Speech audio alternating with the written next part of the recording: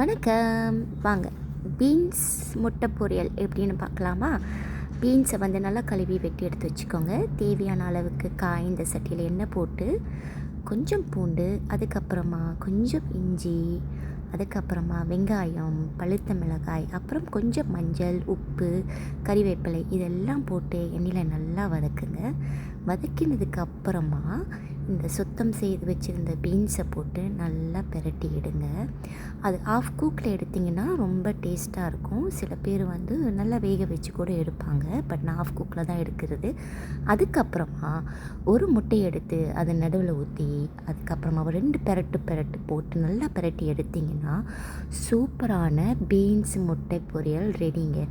இதை வந்து வெறும் சோறில் கூட நீங்கள் சாப்பிட்லாம், இல்லை சைட் டிஷ்ஷாக கூட நீங்கள் வச்சு சாப்பிட்டீங்கன்னா ரொம்ப சூப்பராக இருக்கும். இது வந்து ஃப்ரைட் ரைஸ் மாதிரி கூட பண்ணலாம். நிறைய சோறு போட்டு இது நல்லா ஃப்ரைட் ரைஸ் மாதிரி கூட பண்ணி சாப்பிட்டிங்கன்னா சூப்பராக இருக்கும். ட்ரை பண்ணி பாருங்கள். நன்றி.